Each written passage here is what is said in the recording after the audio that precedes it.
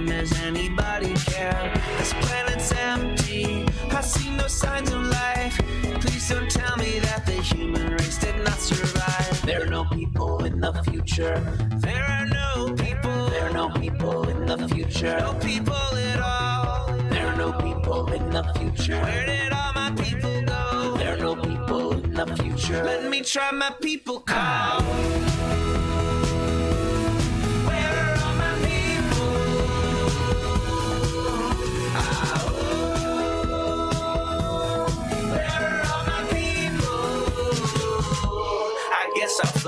Hey everybody, welcome. It is, whoa, a little frog in my throat. Welcome to Raging Chickens, Out to Coop Live. Yes, it is our call-in show for Monday, April 19th, 2021. Man, mid-April. It seems like it's kind of racing through April here. On Out to Coop Live, we talk to progressives, activists, and troublemakers of all sorts, right from our own backyards or from across the country.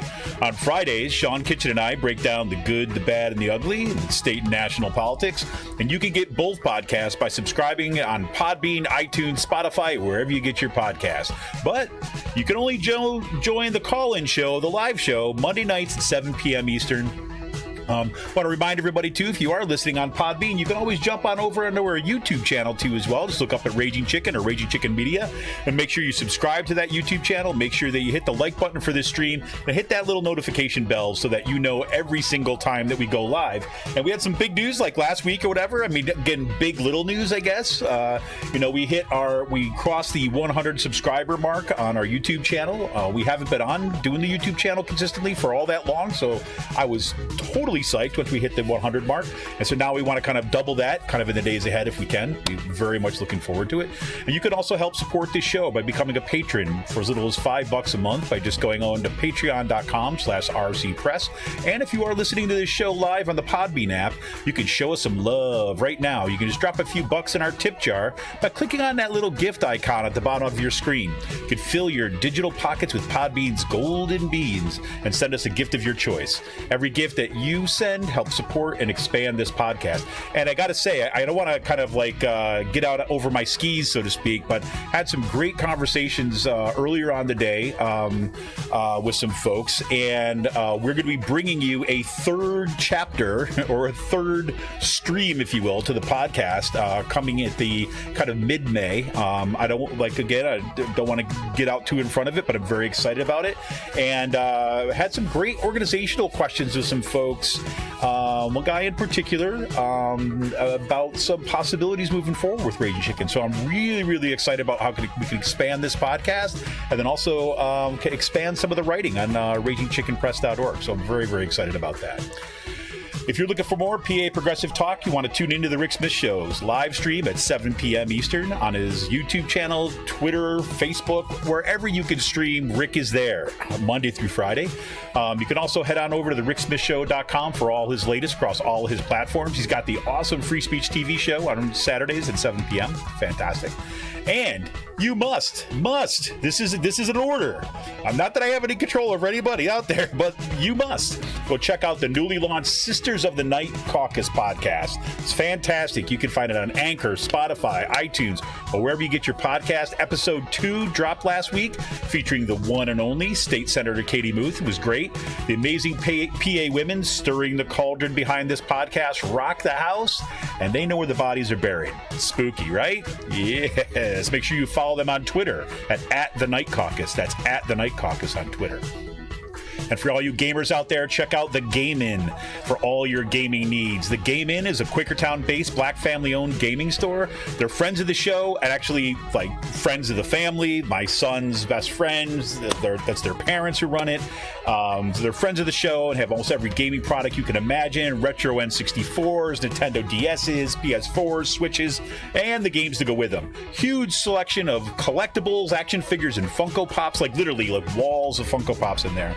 And you can follow, and if you have any questions, make sure you check them out on their Facebook page. Look at the Game In, that's gaming with 2 N's. If you got a kid and they get an A on the report card, they get a discount. I mean, come on, you can't go wrong. Follow them at Twitter at the Game In, that's with 2 N's, at the Game In. If you you got a question about a game, looking for something hard to get, just message them on Facebook, drop them an email at thegamenpa@gmail.com, or give them a call at 267-424-2535. Check them out online at thegamenwith2ns.com. And a special shout out to Jonathan Mann, who wrote our intro song, There Are No People in the Future. Check out all his great stuff on his YouTube page and follow him on Twitter at SongADayman. Once again, with 2 N's, at SongADayman. That is Jonathan Mann. On today's show, I'm very excited once again. I've been excited. I'm telling you, the past several weeks, I've just been psyched for every single show. Today's show, I'm especially excited, one, because of what we're going to be talking about, but two, because I get to talk to an old friend who's been on the show before. I welcome back to the program, Karen Feridun. Karen is the founder of Berks Gas Truth. That is a grassroots community organization fighting to ban fracking and all shale gas infrastructure. She is the co-founder of the statewide Better Path Coalition. And for the past 11 years, she has worked with organizations in PA, New York, New Jersey, and Delaware to win the ban on fracking in the Delaware River Basin that was just imposed in February. It's a huge win. She's currently part of an international coalition working to stop liquefied natural gas, or LNG, exports, and the National Coalition working with members of Congress to reform the Federal Energy Regulatory Commission, or FERC. So we're going to be talking about the Better Path Coalitions. We Are the Ones campaign. We're going to be talking about the fight. Where's the fight right now, kind of on fracking, and we're going to look at what the coalitions, the Better Path Coalitions campaign, and what they hope to do by building on the recent decision to ban fracking in the Delaware River Basin, the release of Kristina Marusic, who we've had her on the show, the release of her bombshell report for Environmental Health News called "Fractured: The Body Burden of Living Near Fracking," and how do we keep on pressuring the Wolf administration to end its support of fracking and the fossil fuel industry once and for all? Karen, welcome back to the show. Kevin, thank you so much. I'm so excited to be back. It's been too long. It has been way too long. I mean, you and I, we used to bump into each other fairly regularly before COVID, I know. It's just so depressing, but it's nice to be back and feeling like part of the world again a little bit. Yeah, I hear you. Things are just about getting loosened up. I had my second shot of the vaccine last week. It felt like a huge milestone. It's still, I'm still teaching all online and things like this. I know people are like slowly moving forward. It scares me that we're seeing another little spike in COVID, but I could feel like, getting back to like whatever this new world order is going to look like is going to happen soon. Yeah, I think it remains to be seen, but I'm 2 weeks and a couple of days out from my second vaccine, so I think I'm as good to go as I'm going to be, and I'm still being careful, but it's still nice to feel like we're getting closer to something that resembles normal. I hear you. I hear you. And it's also nice to be back in into a regime. I mean, I'm not saying it's a perfect regime, but in a regime that has some degree of respect for science. What? It seems to be a better place, especially when we're talking about like the catastrophic, threat of climate change that is staring us in the face. I mean, so that's at least a step forward too, as well, I would say. I would say so. I mean, I still think we have to worry a little bit about climate denial, Democrat style, but we can talk about that if you like. We're going to talk about that, absolutely. So before we jump into like both the kind of what is happening, before we look at the We Are the Ones campaign, I definitely want to get to that. You had an action in the Capitol today, and where we go from here. Why don't we start by just kind of giving us a kind of where we are now moment, because I think, like I was kind of alluding to there, I mean, the shift with the Biden administration, it's definitely I don't want to say night and day, but I said it's been pretty much of a serious sea change away from the constant, nonsense flooding the airways every single day about Twitter and tweets and assaults on people's character and all that. And so now we have at least an opportunity to get back to actually, some of the real problems at hand. And by saying that, I don't mean to say that now everything's hunky-dory and it's all grand, but I mean, like what you said, climate denial, Democrat style. But why don't we start with just kind of give us a lay of the land, where are we right now here in Pennsylvania, and talk about some of the victories that we're having, some of the problems that are still out there, or just a lay of the landscape as you see it. Yeah, no, I think it's a really good place to start because, you just mentioned the Biden administration and their embrace of science. which is a great thing. And I think, if you look at how the pandemic is being managed and how they're getting ahead of their own targets about getting people vaccinated, I think they understand and respect science. The challenge I always find when we translate that kind of interest in science to other issues like the ones that I fight, fracking and climate change, is that it's a little bit too easy to start hiding behind the science for some of our politicians. And I've seen this very often in the Democratic Party, where there's a lot of emphasis given to the transition away from fossil fuels and that clean energy future that we talk about. But it's not just about the consumption side, and that's where a lot of the energy is focused. Yes. And so there's lots of stuff about, how we're going to rely on different sources of energy and how we can envision that, while ignoring the fact that we are still producing fossil fuels. And in the case of fracking, that happens to be where a lot of the damage is done because of the amount of methane that is released when fracking is, being done, in the shale fields of Pennsylvania and so many other places in this country and around the world. So, so it's not. Karen? Did we lose you, Karen?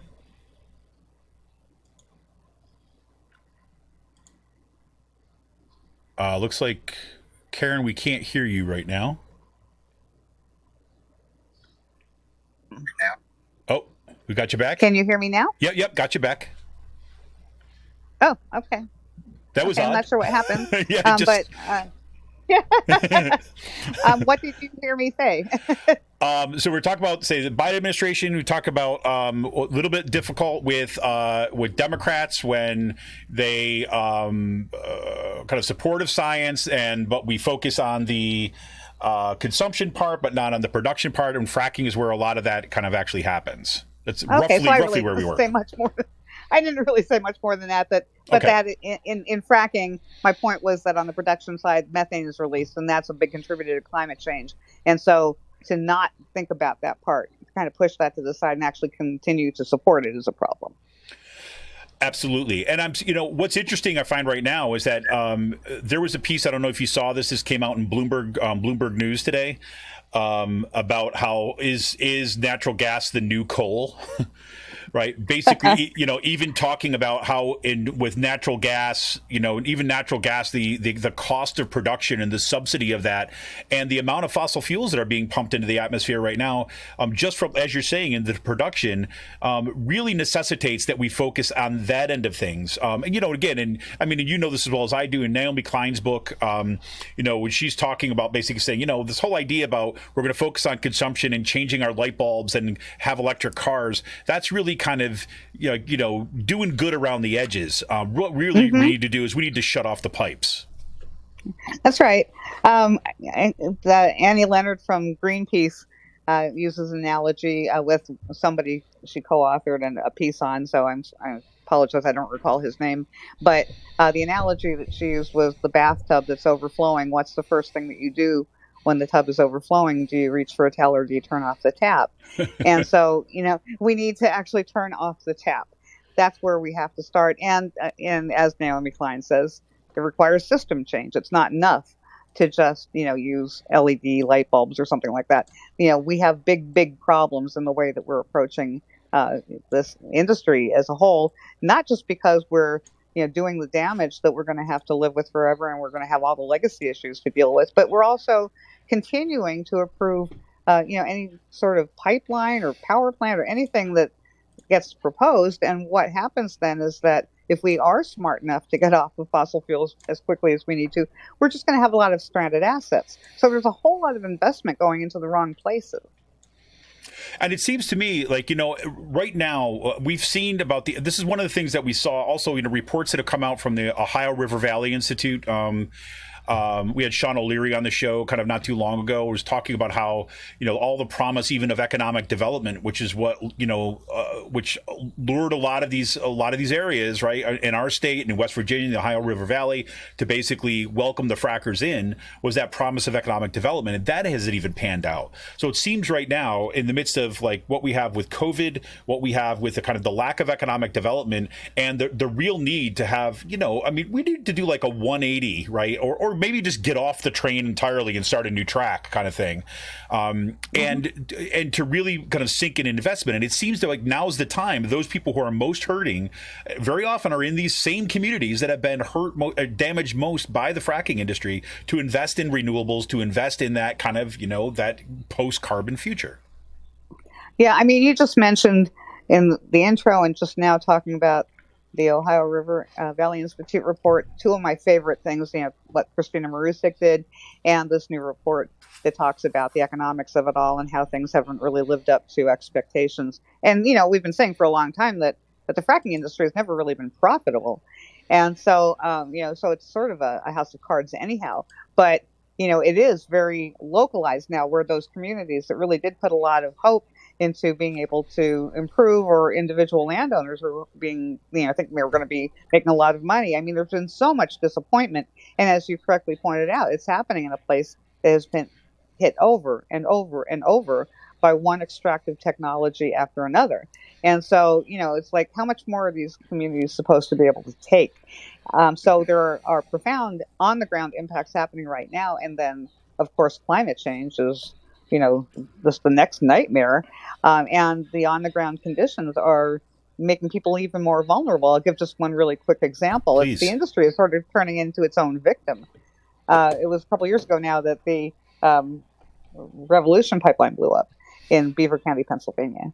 And it, ended up destroying a home. A house just completely blew up, but then there were others that were destroyed or, made uninhabitable, vehicles that were lost, a traumatized community, of course. And all of it happened 1 week after that pipeline went online. And so it's a brand new pipeline built to, the latest, best practices and the latest regulations and all of that.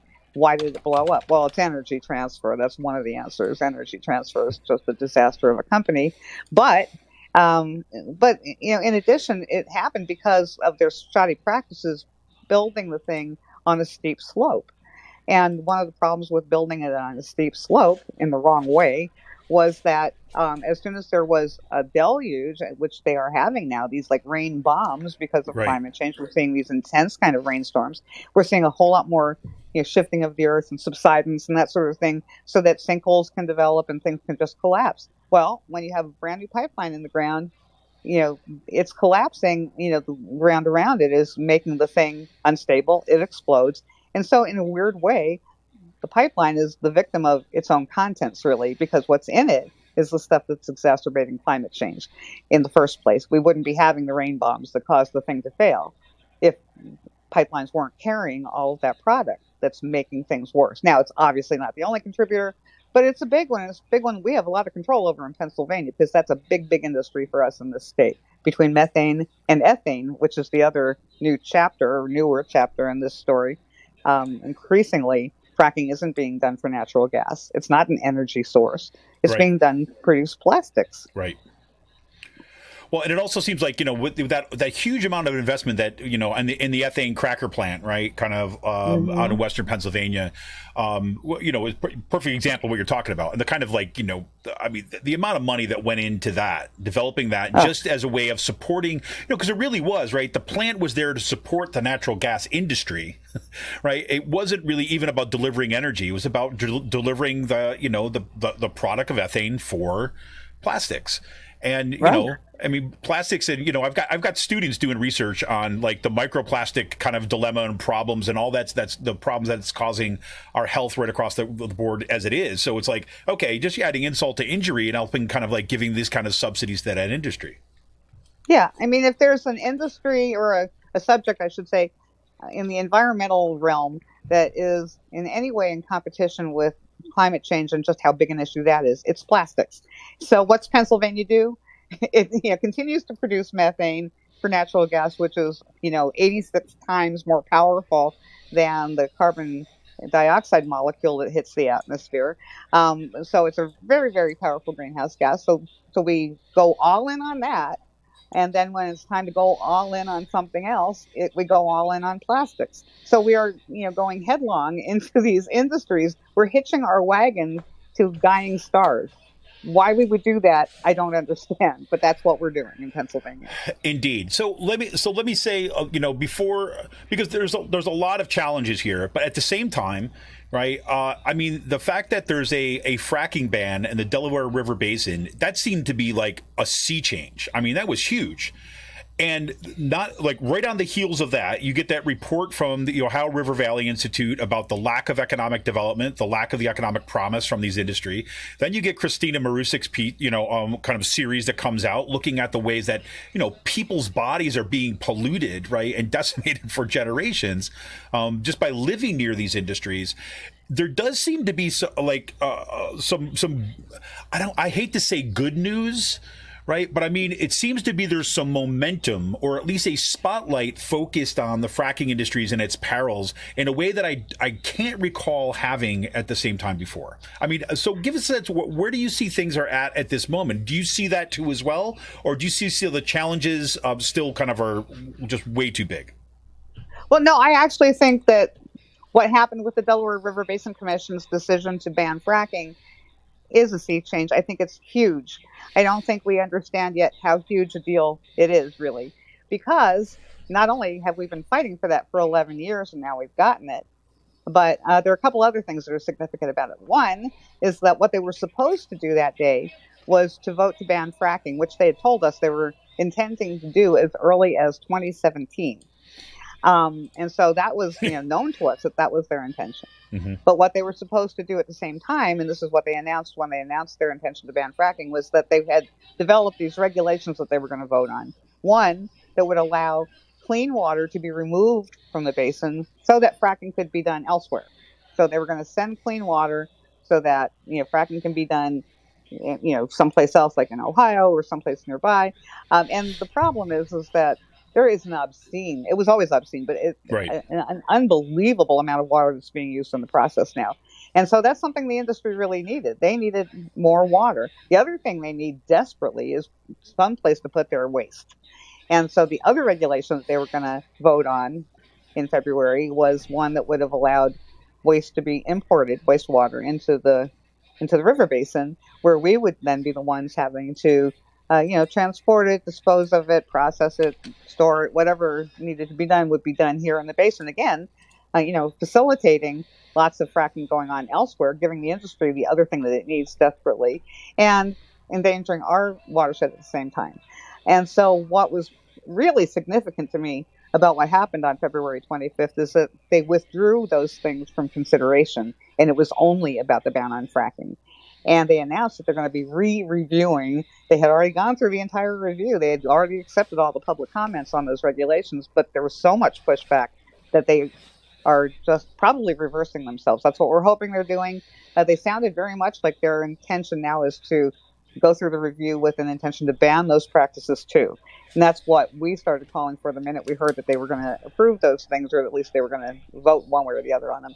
We wanted them to ban all of it, ban all of these fracking related activities. And so we shifted our message from ban fracking in the basin to full ban on fracking in the basin. Don't just ban fracking, but then let all these other things happen. And so that's the very significant thing about what happened that day. They couldn't ban it that day. All they would have been able to do is just vote yes or no on the regulations. So the fact that they stopped their own process and announced that they're going to be doing this thing that will be out, I believe, in September. Karen, we lost you again. Are you still there?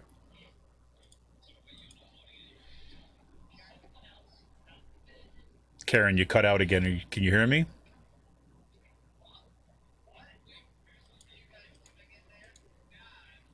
Karen, are you hearing me? We'll see if we get Karen back in a second. She's still connected here. So we'll see. I had that happen once before. It's a bit odd. She's cutting out. Karen, are you still hearing me? Can you hear me now? Now I gotcha. Yep. Can you hear me? I can hear you. Can you hear me? Okay. I'm not sure why this is happening. I can hear you. Okay, good. I've been able to hear you all along. Yeah, I'm sure it's it's the gremlins in the machine. I mean, that's all it is. You got because you got the whatever, you got whoever does the monitoring these days has to hit kind of change the old cassette tape every once in a while. You know what I'm saying? So you were basically saying, you're just about to say in September. Mm-hmm. So in September is when they're going to be putting out whatever they have done to review these regulations. And we're very hopeful that what they're going to be doing is, again, deciding to ban those practices too, and listening to what people have said when they've said, we want a full ban on fracking.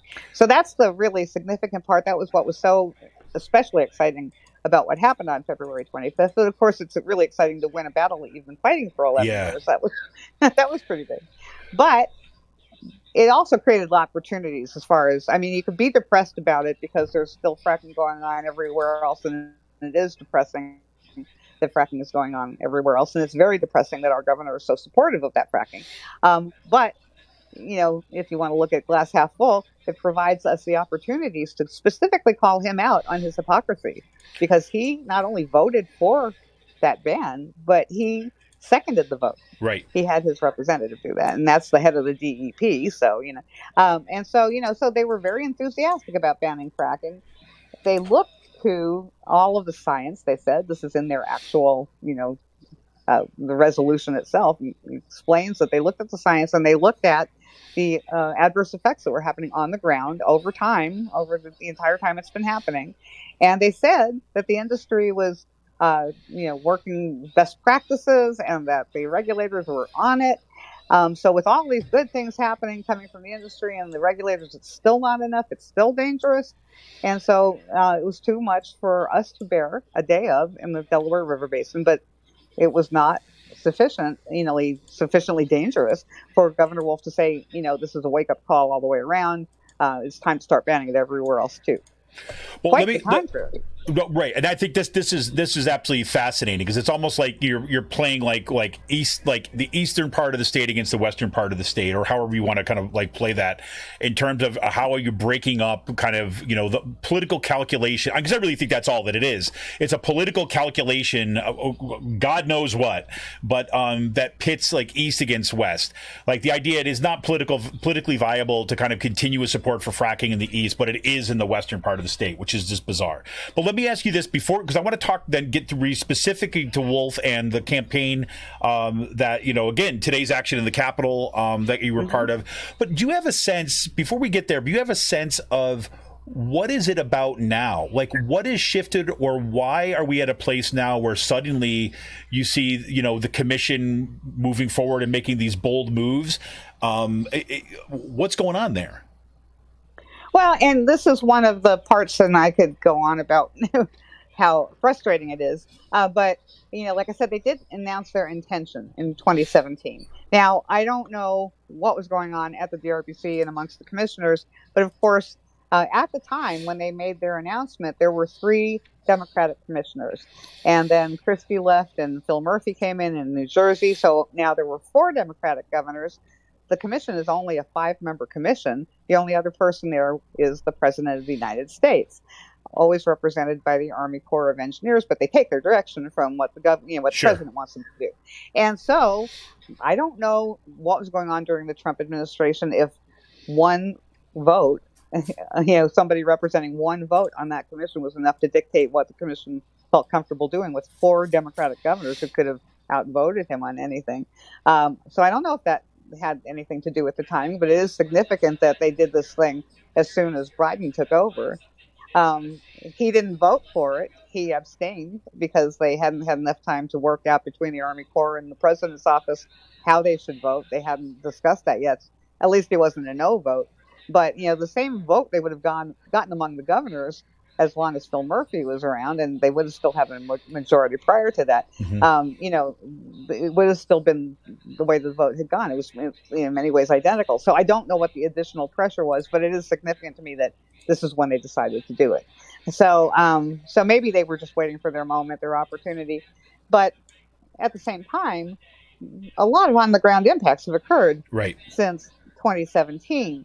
And so when they say that they looked at the science, when there was half the science there is now, and when they looked at the on-the-ground impacts, which again have just multiplied since 2017, well then, how can Governor Wolf, the only governor, the only member of the commission who has constituents who are the ones that they were looking at, how can he justify not just allowing it to continue in the rest of the state if it's, if they thought it was too bad in 2017, right? Have a look at what's happening today, So if it's too bad for, for us, why isn't it too bad for the other parts of the state now? To the extent that Governor Wolf is pushing his back to work PA plan, which is this year's iteration of his severance tax plan. And that means that what he's looking for is a way to do a pandemic workforce recovery program of different kinds of things that, they would be funding through legislation to the tune of like $3 billion that would have to be paid off ultimately with a 20-year severance tax or extraction tax on drilling. And so, that means not just another couple of years or, increasing concern and maybe we should start the drawdown, but no, let's do lots of fracking for the next 20 years in all those parts of the state that they looked at.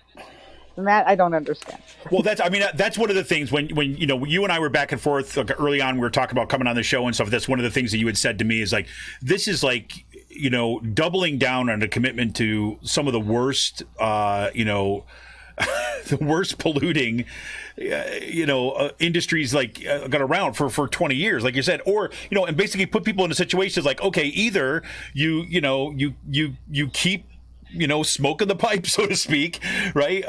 And keep your addiction to fossil fuels and keep on supporting these frackers, or you're going to have to face kind of like, potential, say, bankruptcies or cuts in social services and stuff. So this seems like a devil's bargain, right? I mean, it always seemed to be like a devil's bargain when we were promised, say, the severance tax, we want the severance tax to pay for education. So that was like, okay, so you're going to basically saying if your kids, you want your kids to be educated, then you're going to have to support this industry. We see what's happened in other states where they've made that bargain, right? And yet here we see it once again. So I mean, yeah. I'm with you. I think we're at the point now we have to have that pressure on kind of on Governor Wolf now, and that's precisely kind of what the Better Path Coalition has been kind of working for right now, right? Well, that's right. I mean, in a way, we've gotten more specifics out of the governor in this past go round than we've ever gotten before, because in years past, when he was always trying to connect the severance tax to the budget process, it was kind of open-ended. And I'm pretty sure that now it's 3 years ago, he kind of didn't do too much on the severance tax last year because of the pandemic. But right. 2019 was the first time he introduced one of those bills, the idea of doing, in that time, it was an infrastructure bill called Restore Pennsylvania.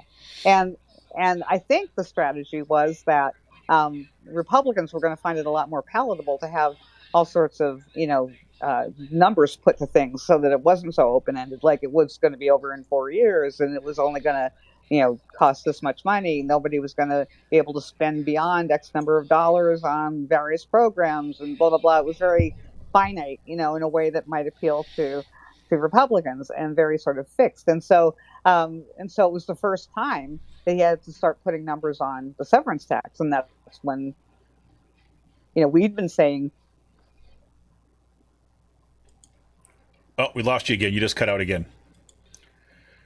All right, so we've been here before, everybody. We've happened him twice before, so we know Karen is coming back. We're going to be able to hear her in just a minute here. Why don't I take this as an opportunity to kind of recall, because I want to talk about the actions that the Better Path Coalition took place today in the Harrisburg in Pennsylvania State Capitol. It was called the We Are the Ones campaign, which Karen was part of. But I'll take this as an opportunity to kind of remind you to say you can help support this show. You can become a patron of Raging Chicken for as little as $5 a month.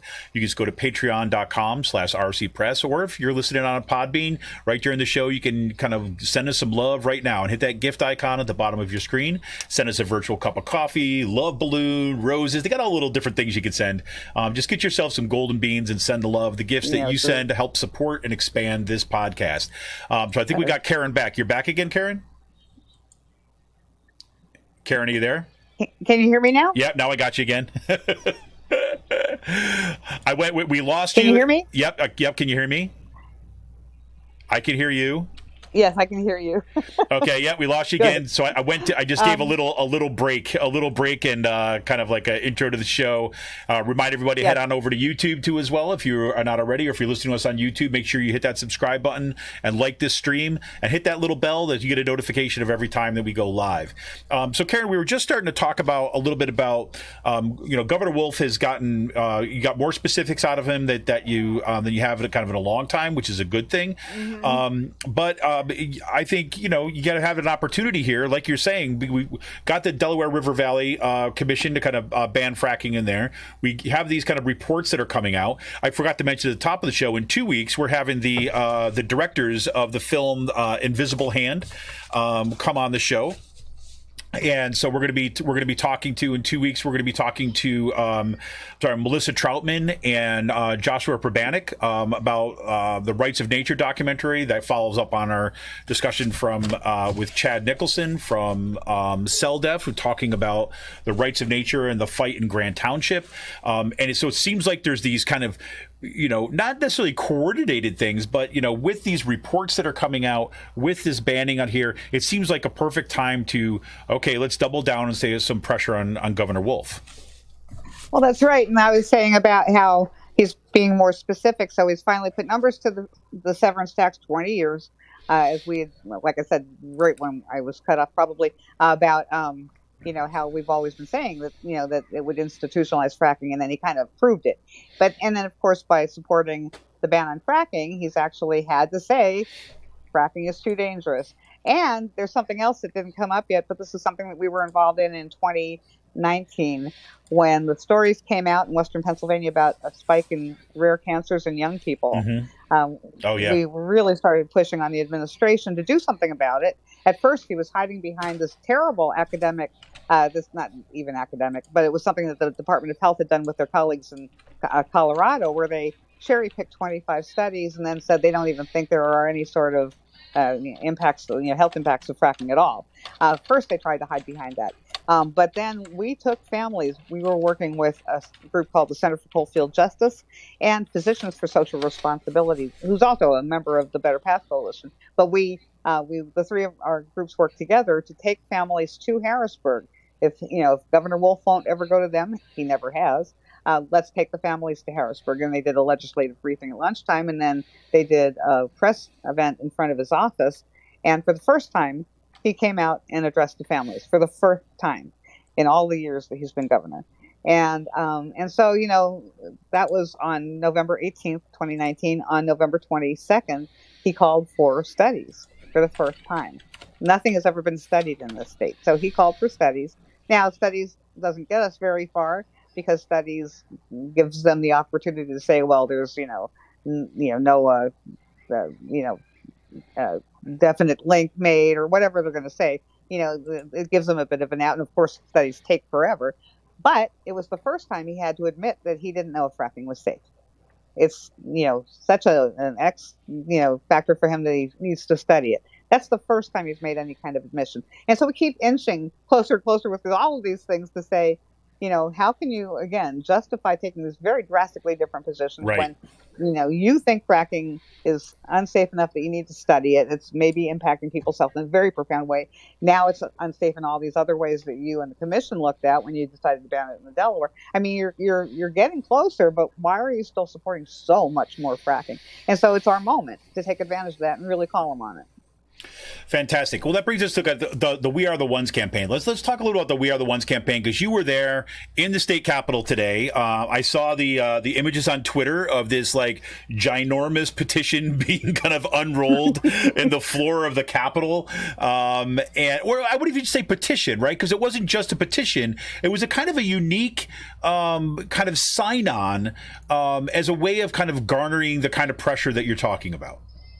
Yeah, after the ban on fracking, and given the fact that they did look to other people in Pennsylvania and everywhere else, but, those data points in the studies they look at are people. They're Pennsylvanians and many others. But, Wolf was looking at his own constituents, as I've already said.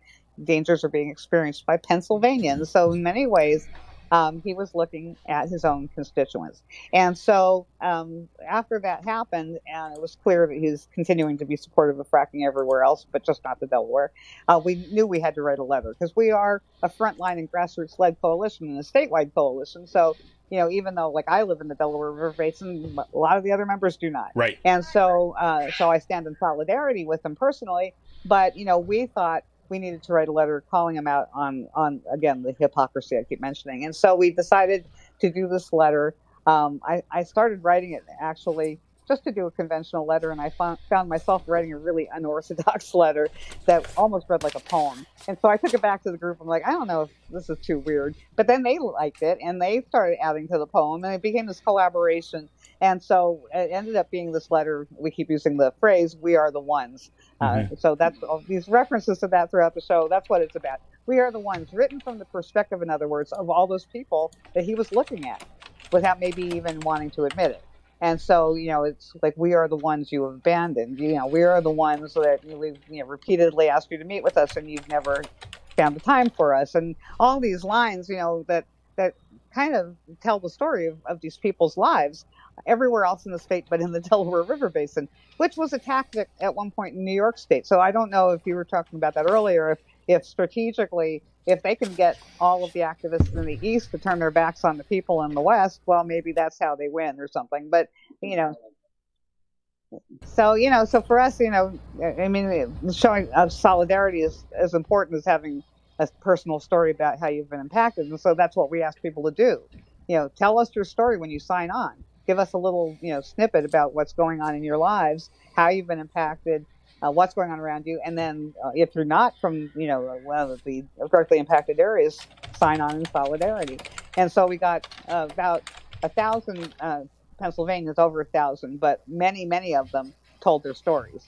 And we also have some videos that people did.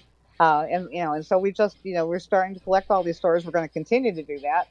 But, the idea is to just show that not only how many people are signing on, how many people are willing to tell their stories, but how widespread the damage is, and how many people from different parts of the state have pretty much the same story of contaminated water or air quality that's horrible. So that, I think that was one of the things that was compelling about the movie Gasland when it came out. Yes. Was that wherever Josh Fox went, he encountered the same problems. And I think that's one of the things people need to understand. It's not some isolated problem in one community.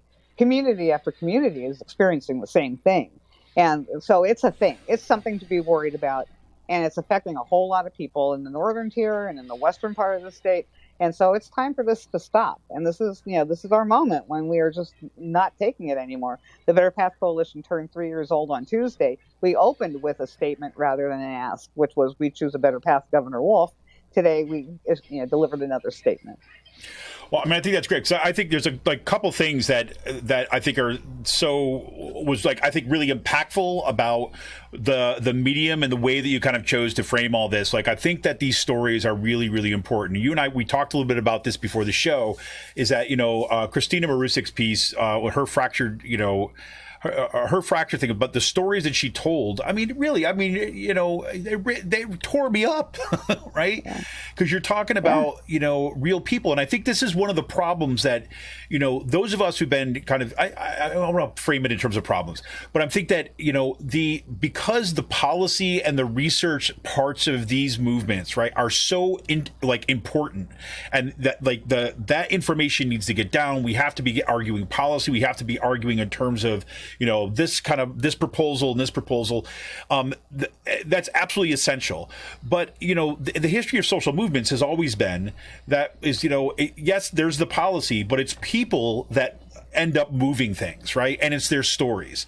And, I teach this one class, for example, called New Media Story Change, where we look at the role of storytelling. And part of it is actually looking at that history of storytelling and individual people's stories as being one of the kind of key motors of change.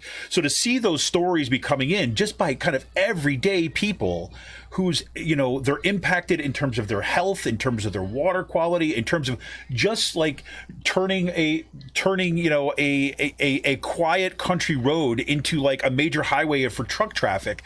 These things like fundamentally alter people's lives. And for those stories to begin to build, they're much more difficult, I think, for a politician like Tom Wolf, or any like politician that is like half a human, right? To turn away from that. So I think that's a really important move, that we begin kind of like, again, reinforcing all the research that's already there with the stories of people and their struggles, and why it's necessary to make these changes.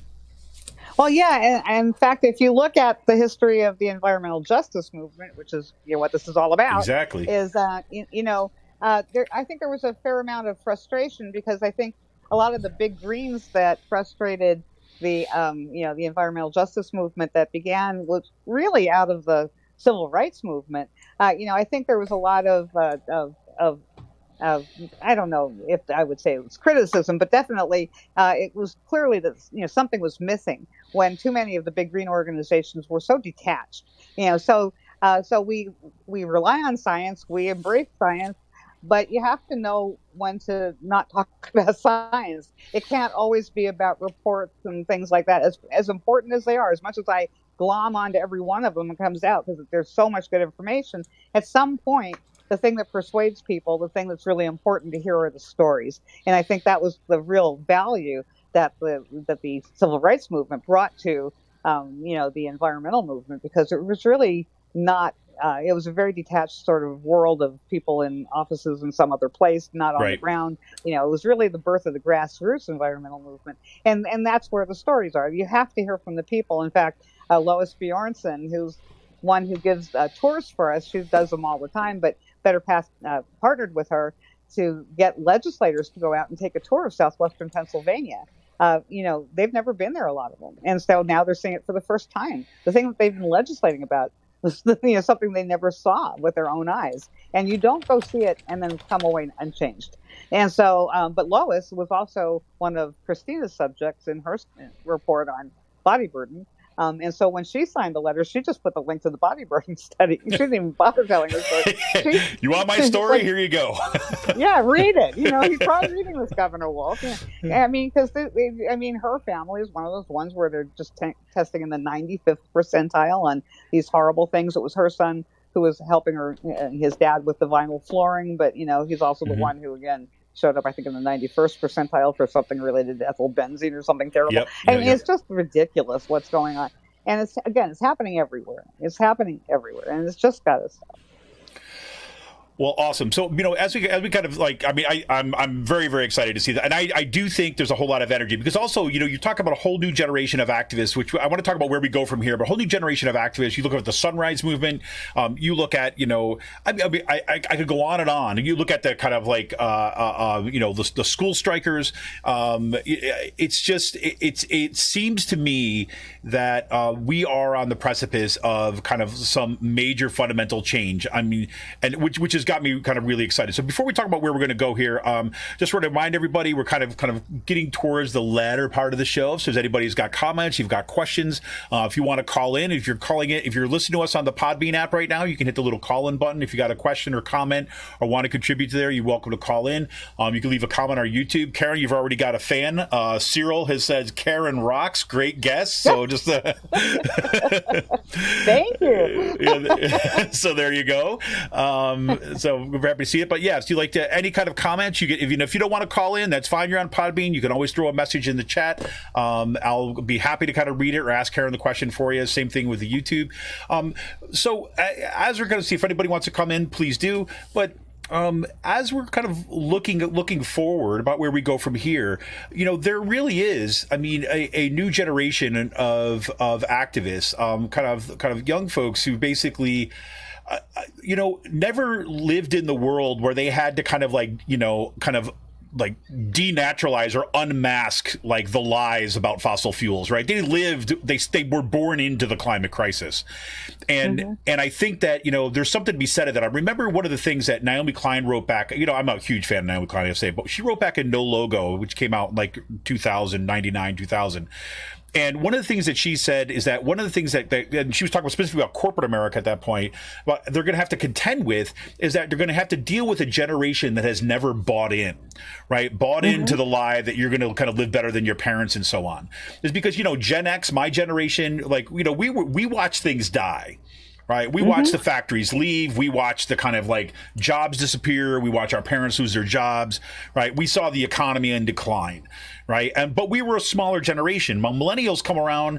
Right. And they're kind of growing up in the aftermath of that, when you're kind of like, your best job is what? Freaking like, you're going to be like, a delivery guy for, multiple restaurants and get paid chump change. Right. Or you're going to be kind of a woman who's going to try to piece together 3-4 different jobs while you're kind of also kind of dealing with, your own kid at home. I mean, that's the reality of a lot of we see this new generation. So I think that there's a certain kind of militancy that has always been there as part of the environmental justice movement. Don't get me wrong, but at a mass scale that I haven't seen before. So in some ways, it seems like a hopeful time moving forward. So I'm curious about what you're thinking about where we go from here and how we see the kind of the generation of activists that have kind of come up through, the folks that you've been working with for as long as I've known you and before then, and then see this new generation coming forward. Are you as hopeful as I am about this, or? Oh, absolutely. I mean, I think Sunrise Movement has been amazing. The way that they've gone about what they do. Again, it's very electoral in nature, but there's so many other things happening too. That's just one huge movement that was very effective at getting no fossil fuel pledges signed and things like that. I mean, I just think I meet young people now and I wonder how I didn't manage to be so smart when I was their age. I really feel like it took me until like maybe 50 or something to get a clue, where they seem to be on it and so much smarter and so much more, like you said, observant about, what kind of future, is in store for them. Right. I mean, economically as well as in terms of climate change and all of that. So it seems like I really feel like I can't think of a movement that didn't rely on young people, where young people did not play a critical role. I just really can't think of one. And so I think it's so great that there are so many people who are making better choices for their lives. It's not just getting involved. I know so many people who are thinking about the foods that they eat and the way that they live, lifestyle things that nobody thought about when I was their age. Nobody did. And so it's just it's so refreshing to see an entire generation, and I think it's generation after generation now that's just so more attuned to everything and knows that it needs to be part of civic life. That I think one of the things that busyness has done to us, it's made us forget how to be citizens because we're just so busy trying to survive. And I think the refreshing thing about younger people, even though they know that they have to work like crazy too, especially now, right. But I think they just realize that there's a role to play that is a requirement on their part to be a participant in a way that we didn't do that. We just sort of just accepted our lot and because we were kind of going down with it. We were sort of circling the drain with everybody else. Now, they know that that's just not going to work. They need to be participants. They need to take over. And I think it's fantastic. And I think, I mean, I'm just so heartened by it. We've always had strong, affiliations with the faith community. A lot of the key players, in other words, in movements over time are there. And now seeing young people coming into it, especially in these last 4 years, it's just been heartening because I think it's the way forward. It's the only way forward. People like me, I'm going to be 65. What use am I? I'm not going to be around long enough to live through the worst of this stuff. These people are the people who are going to own all this mess that we're leaving them. And so I'm glad that they're willing to, to be there and to work shoulder to shoulder with the people who made the problem for them in the first place. Well, and I tell you, and I say this all the time, is like, for me too as well, is like, I can't tell you absolutely like how heartening it is. And, I mean, I find myself more than often, looking for ways that I can kind of like help rather than, and this is one of the things that always frustrated me about, a certain set of leadership that came out of the kind of baby boomers and stuff, right? Where is again, folks that are kind of at the head of the NGOs, the head of kind of like who always kind of knew better than everybody else. Right. Mm-hmm. And that was more interested in kind of holding on to their own power than they were about actually expanding organization and things like this. And I think, I know I've seen you, as long as I've known you, you've always been working with young folks, always been, in one way or another. And I know that like to be in a moment where I'm saying like, This is awesome. I will, how can I help? But not like in a naive way, like, oh, you're going to tell me what to do.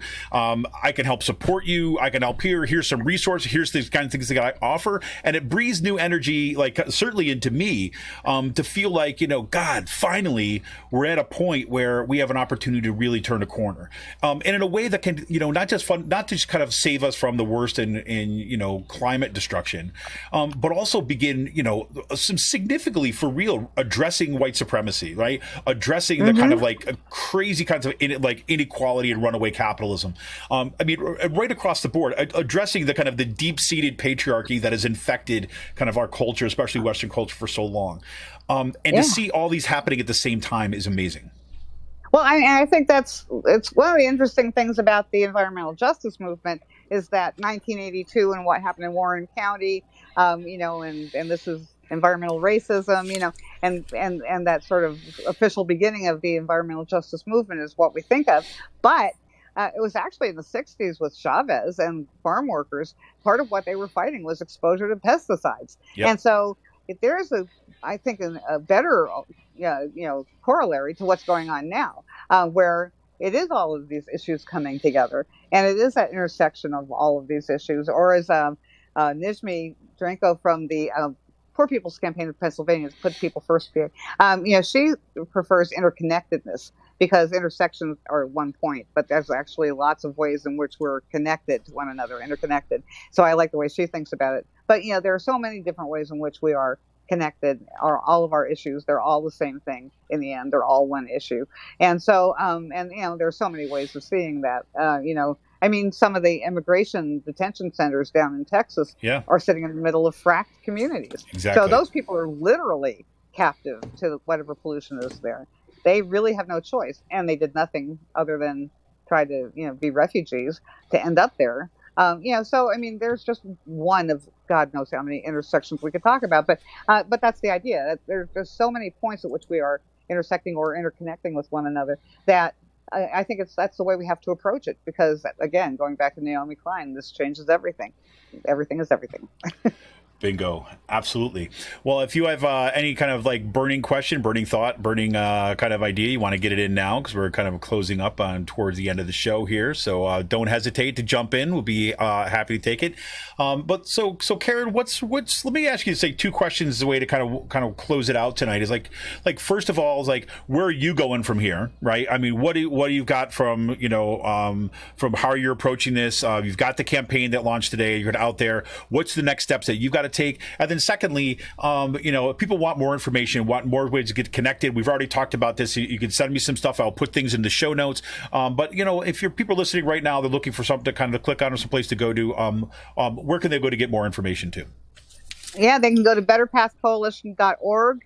They can check us out on Facebook and Twitter. We have really active accounts in both of those places. They can always contact me. I'm also on Facebook.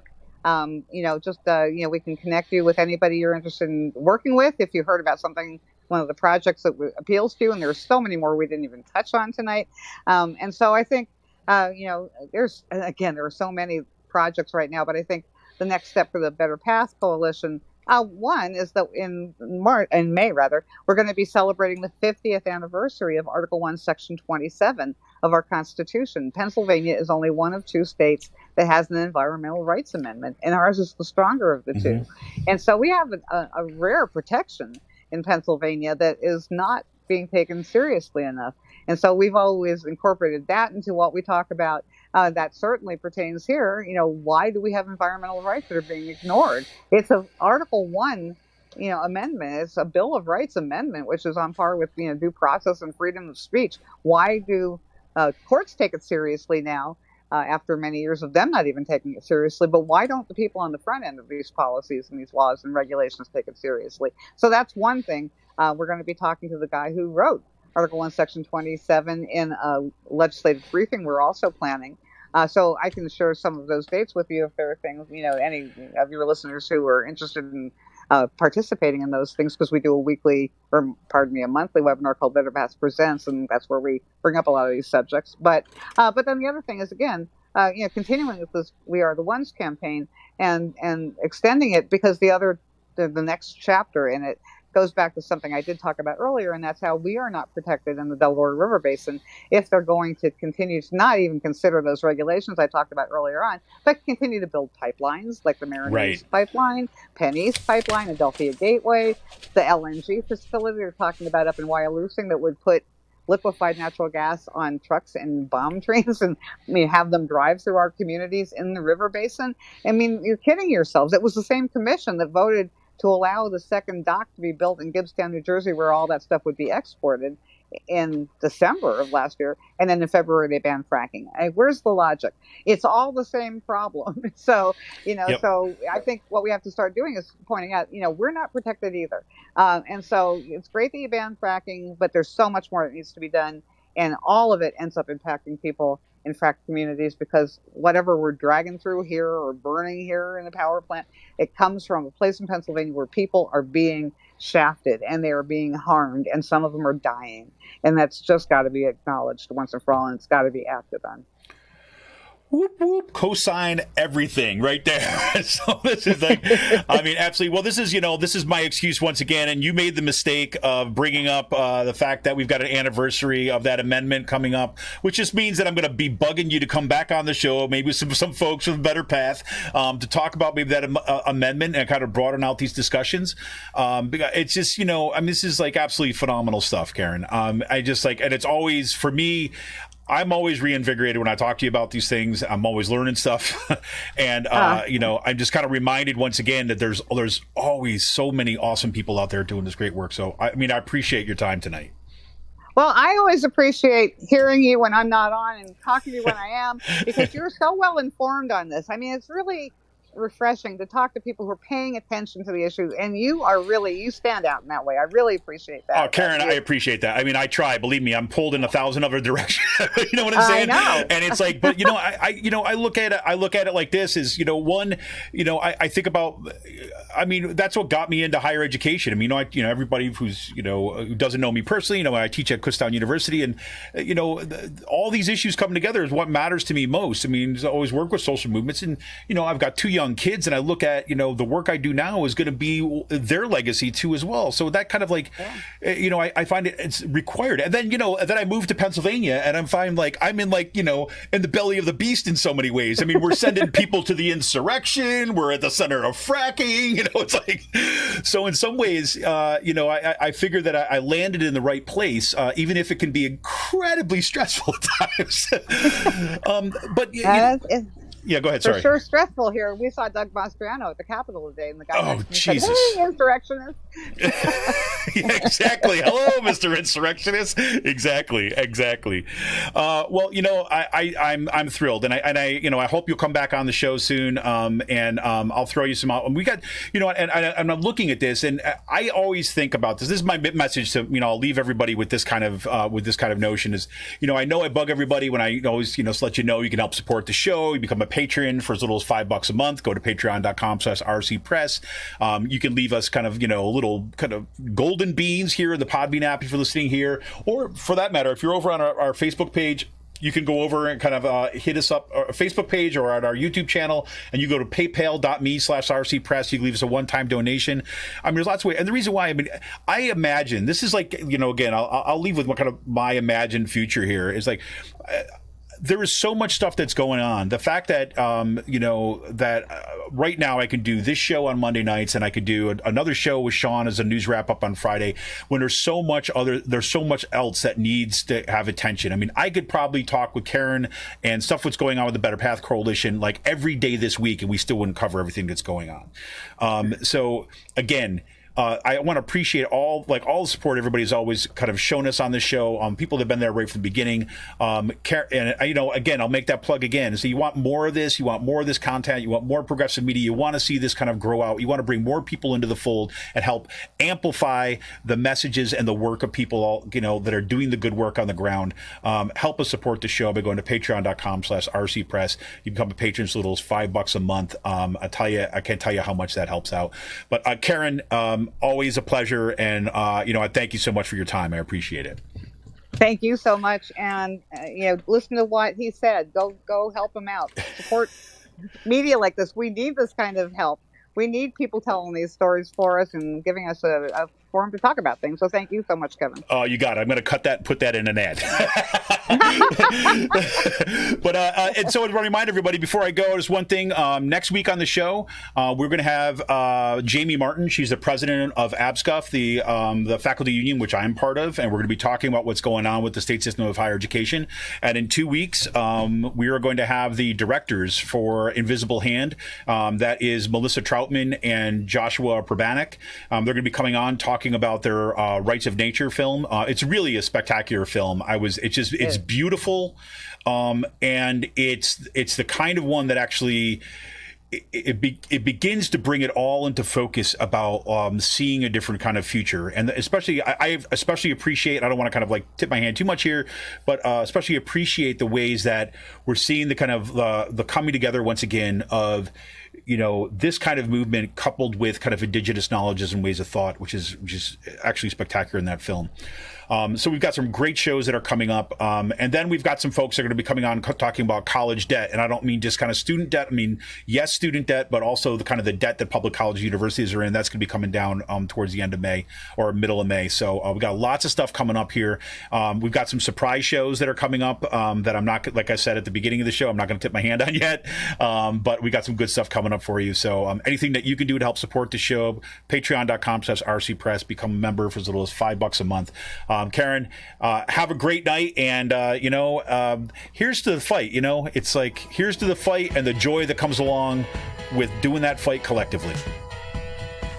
I hear. It's nothing like it. Once you're in it, I don't know why people go to the mall. There you go. We'll close on that. See ya.